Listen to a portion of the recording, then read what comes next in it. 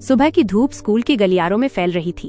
बच्चों की हंसी, उनकी शोरगुल से भरी दुनिया जहां हर चेहरा चमकता है पर कुछ चेहरों के पीछे कहानियां छिपी होती हैं।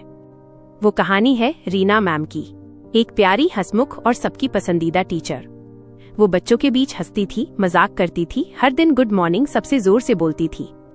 पर जब सब घर चले जाते तो क्लासरूम की दीवारें उसकी खामोशी सुनती थीं। वो हर दिन वही करती जो सब करते हैं, मुस्कुराती, पढ़ाती और दिखाती कि सब ठीक है। पर भीतर एक गहरी थकान थी, वो थकान जो शरीर की नहीं, दिल की होती है। पिछले साल उसने अपने पति को खोया था, एक अचानक हुए एक्सीडेंट में। उसके बाद जैसे जिंदगी की सारी आवाजें मध्यम हो गईं। पर स्कूल आना उसकी आदत थी और शायद उसकी बची हुई हिम्मत भी, क्योंकि बच्चों के बीच रहकर वो अपनी उदासी को छिपा सकती थी। एक दिन क्लास में एक नया बच्चा आया, आरव। चुपचाप, अपनी उम्र से ज्यादा समझदार आंखों वाला। वो सबसे अलग था, क्लास में कम बोलता और हमेशा खिड़की के पास बैठता था। रीना मैम ने पूछा, आरव दोस्त क्यों नहीं बना रहे? वो बोला, लोग चले जाते हैं मैम, फिर अकेला अच्छा लगता है।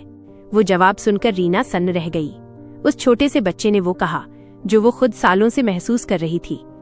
धीरे धीरे आरव और रीना मैम के बीच एक रिश्ता बन गया। कोई औपचारिक नहीं, बस एक अनकहा अपनापन। आरव हर दिन स्कूल के बाद थोड़ा रुकता, कभी बोर्ड साफ करता, कभी कहता, मैम आप थकी लग रही हैं, और वो मुस्कुराकर कहती, नहीं बेटा मैं ठीक हूँ। पर वो झूठ अब ज्यादा देर टिक नहीं रहा था। एक दिन असेंबली में रीना मैम गिर पड़ी। थकान, कमजोरी और शायद वो सारी बातें जो वो बरसों से भीतर दबाई थीं। बच्चे डर गए। आरव भागता हुआ आया, उसने उनका हाथ थामा और बस इतना कहा, मैम अब झूठ मत बोलो, आप ठीक नहीं हैं।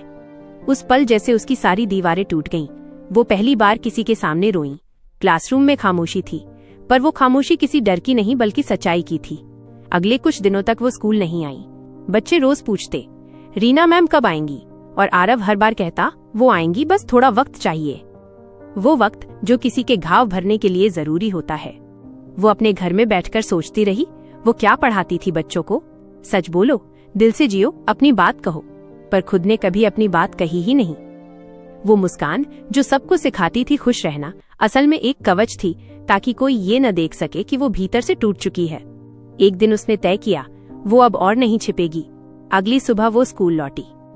क्लास में सब बच्चे खुश हो गए और उसने बोर्ड पर लिखा, आज का टॉपिक हिम्मत।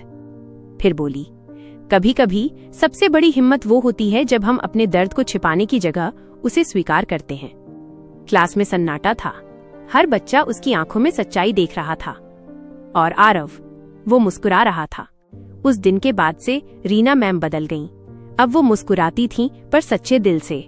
वो बच्चों को पढ़ाती थीं, पर अब सिर्फ किताबें नहीं, जिंदगी भी। वो हर क्लास खत्म करते हुए कहती, अगर कभी बहुत बुरा लगे तो किसी से बात करो, क्योंकि खामोशी भी एक जंग होती है जो अंदर ही अंदर हमें तोड़ देती है। कुछ महीने बाद आरव स्कूल छोड़ने वाला था। आखिरी दिन वो आया, अपनी कॉपी में एक नोट लेकर। मैम, जब आप रोई थीं तब मैंने समझा कि बड़े लोग भी टूटते हैं, पर जब आप लौट आईं तब जाना टूटने के बाद भी जिया जा सकता है। रीना ने वो पन्ना हाथ में लिया और उसकी आंखें नम हो गईं। वो मुस्कुराई और कहा, कभी किसी को मत बताना कि तुमने मुझे सिखाया, क्योंकि लोग कहेंगे टीचर ने स्टूडेंट से सीखा। स्क्रीन पर धुंधला सा दृश्य, वो क्लासरूम जहां अब एक पोस्टर टंगा है, हर हंसता चेहरा ठीक नहीं होता, पर हर ठीक चेहरा मुस्कुरा सकता है। रीना अब दूसरों को ही नहीं, खुद को भी सिखा रही थी कि जो जंग बाहर नहीं दिखती वो सबसे सच्ची होती है। और शायद यही इस कहानी की सीख है, हर कोई किसी न किसी अदृश्य लड़ाई में है। कुछ हार रहे हैं, कुछ बस टिके हुए हैं, पर जो गिरकर भी हर दिन उठते हैं वो ही असली योद्धा हैं। कभी अगली बार जब कोई हंसता हुआ दिखे तो बस याद रखना, हो सकता है वो भी लड़ रहा हो, बस मुस्कुराहट को अपनी ढाल बनाकर। जिंदगी हमेशा आसान नहीं होती, पर सच्चाई ये है, जब हम अपने दर्द को स्वीकार करते हैं तो वो हमें तोड़ता नहीं बल्कि नया बनाता है।